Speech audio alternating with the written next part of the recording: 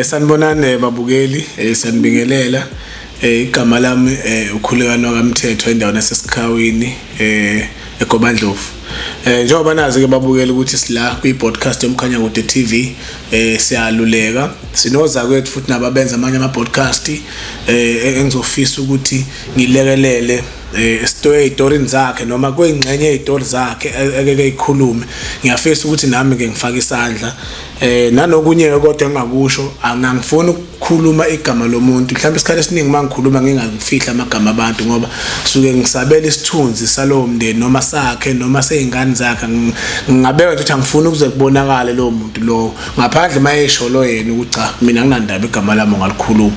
So ke ngeke ngathanda ukukhuluma ngamagama abantu, kodwa ngokuthi ubrother Enigma ngamfanisa nozakwethu noma emdala kimi futhi ngiyamhlonipha, kungenzeka uthola ukuthi ebuka ngenye indlela, kodwa ngiyakhuluma njengokuthi obana sinayo kwi-media kanje kuma podcast kwezinye yezinto akayishona. Okay, ngizobuya la babukeli.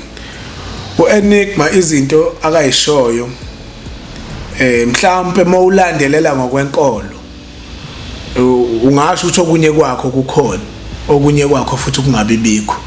Mina into engifike ngayibuka ngobrother Enigma ngifike ngabuthi ufunde kakhulu umlando weSouth Africa, wafunda ngisho umlando wendle emnyama, wayinikeza isikhathi lento le wayifunda waqeda ngayo. So futhi uhlale phansi wastudisha wabuka ukuthi ibapho into ethandwa yithi thina abantu yini.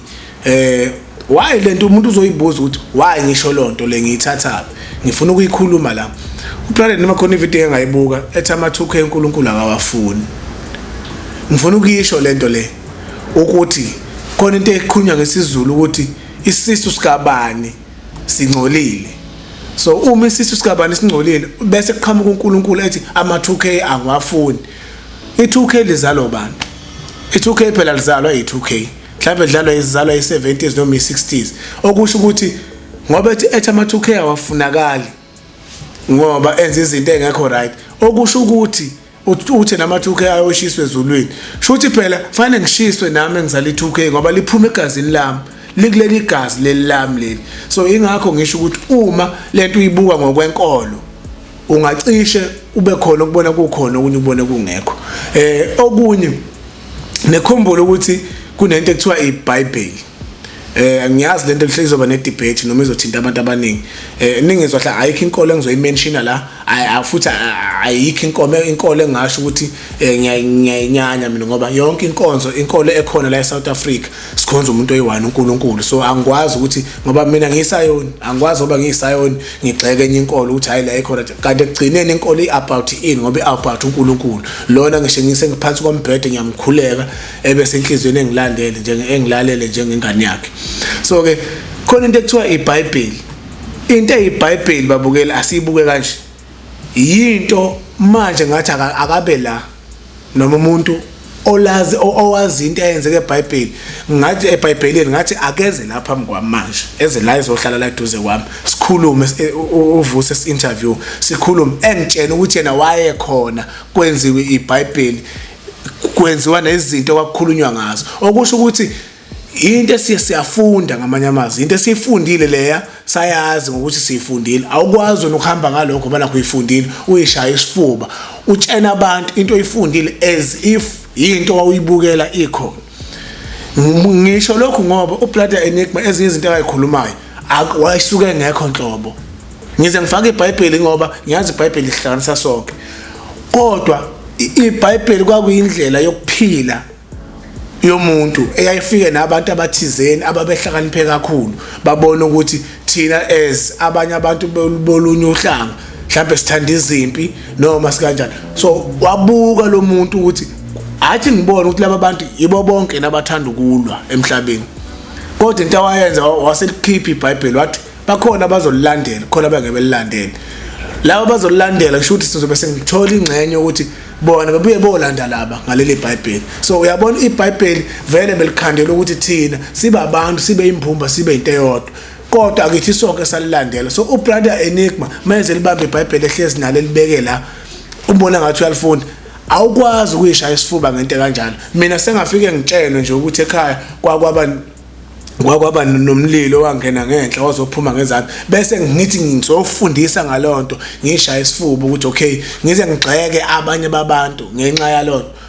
Angifuni lento ukunibuke kababukeli angimgxeke ubrother Enigma nyalekelela kulento akayikhulumayo kodwa kuba kuhle ukhulume ngento oyaziyo oneshow yayo ukuthi noma owayibona ngamehlo.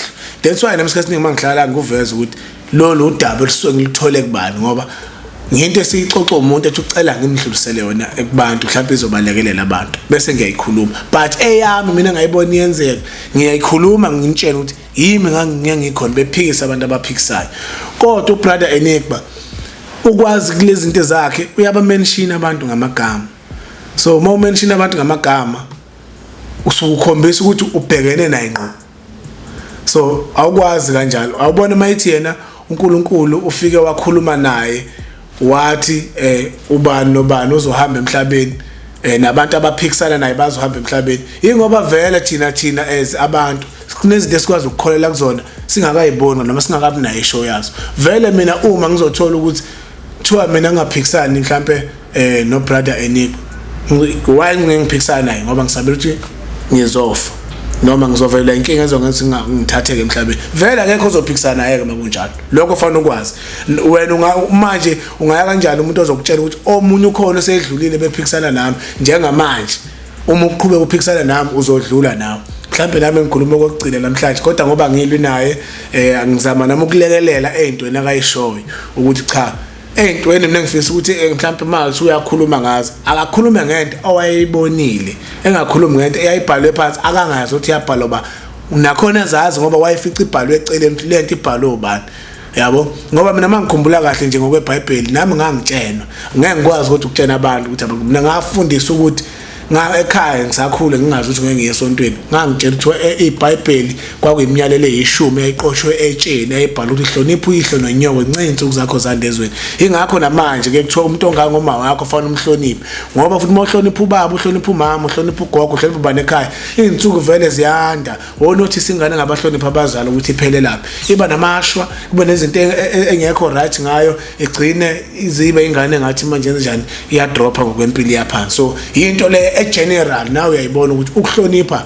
umzali vele uyakuzala fanele umhloniphe ngoba ngisho ngathi manje sengiyikhehle ngihamba nenduku manje asekhona umama ngeke kuphela ukuthi ngizothi umama seyingane kuyena ngiyaqhubeka futhi ngingane kuyena. So ke yizi izinto kanjalo mina esingafani ukuthi sikhulume ngazo awukwazi ukukhuluma angisayazi khona sengikulibele okunye kwakho okuncane uyabona awukwazi ukukhuluma ngomuntu into akayenzayo ukhulume ezifoni wazi kangcono kunaye.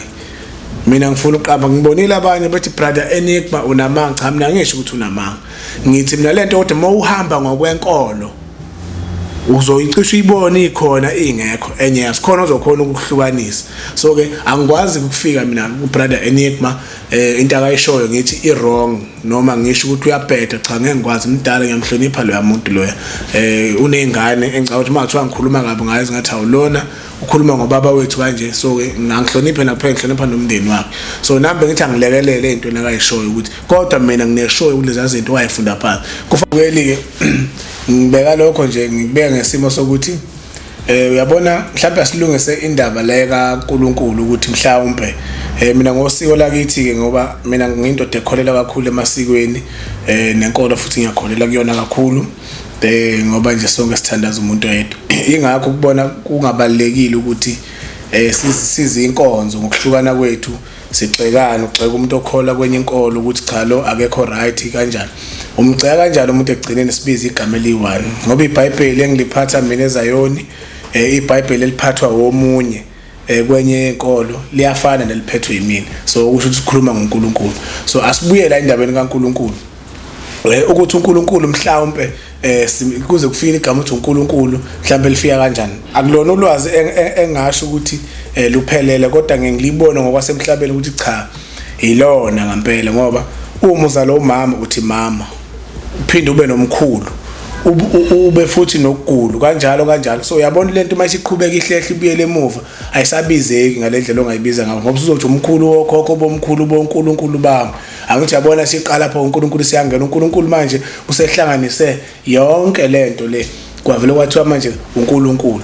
Okay ke then ke siyaqhubeka siyakholelwa ke njengoba ubona ukuthi nje nasemadlozini kufanele sikholele kubona ngoba phela edlozini vele libaleke ngani idlozi. Idlozi vele umuntu osuke ekwazi wena ehamba emhlabeni ekwazi ngokwespirit sakhe egade la kasuke khona wena njengomndeni wakhe ngoba naye ehamba emhlabeni esifisa ukuthi egade umndeni wakhe. So ke ngoba ngisho ukuthi inkulumeni kaBrother Enigma kungenzeka ngokwenkolo wena okholela kuyona ngoba sinezinkolo ngokuhlukana kwazo uyibuke iyiyo leyo nto leyo exactly ngoba vele ngithi konke lokuthina esesijeti siyakwazi ngokwenkolo sikuthatha ngokuthi sixoxelwe lento oyibona ngokuthi South Africa ayiphili ngomthetho wayo. Umthetho South Africa hlefana ngabe iphila ngawo owamakhosi thizeni ngokuhlukana kwawo ngoba yithi thina izwe lele lamakhosi vele kahle kahle. So ke thina kodwa as South Africa siphila ngaphansi komthetho wama dash law angazi nani kodwa nje wakwakusho uZuma lokho phambelini. Kodwa leyo nto leyo ayisho ukuthi siyisizwe esihlukene ngoba siphila la eSouth Africa sifuna impilo nathi ukuthi siqhubeke siya phambili.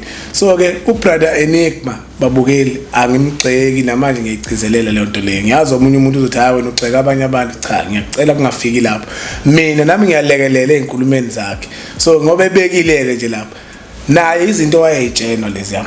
Ngakho ngisho ukuthi uBrother Enigma wahlala phansi wayinikeza isikhathi wahlala wafuna ukwazi ngokuthi kwenzakalani eSouth Africa indle emnyama nabamhlophe kwenzala neBhayibheli kwenzala then weza kwi-podcast wazoyihlaziya lento wazoyiveza phakathi kwenu vele wazoyiveza wangena ngenkolo eSouth Africa inkolo nezinkolo ezinabalandeli bakhona abazalwana bakhona. So wangena ngenkolo engicabanga ukuthi ibe nabazalwana abaningi bangena bayimukela and bayibuka njengento ngohlangothi right ngoba vele ilanguage yasekhaya yaleyo nkolo leyo. So ingakho kube lula ukuthi abantu beyimukele but engibukayo okunye mhlawumbe ngasho ukuthi uhlale kwenze ukumention amagama abantu.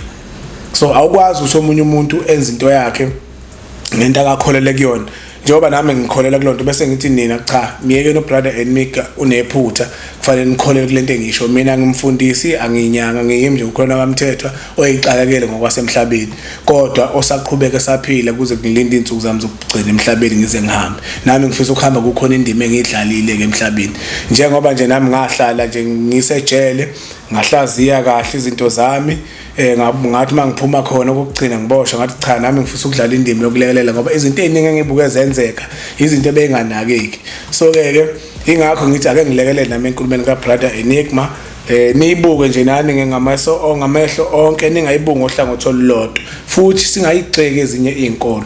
Yikho lokho engakuveza njengamanje babukeli ngikhulume nani about uBrother Enigma naye la kakhona ngiyafisa ukuthi ephinde lento le eyibuke ngenye indlela. So ngiyabonga kakhulu babukeli ngiyathemba ukuthi akekho umuntu engimthintile nophatheka kabi siqhubeni silandele somkhanya kude sizoza namanye ama episode. Siyabonga.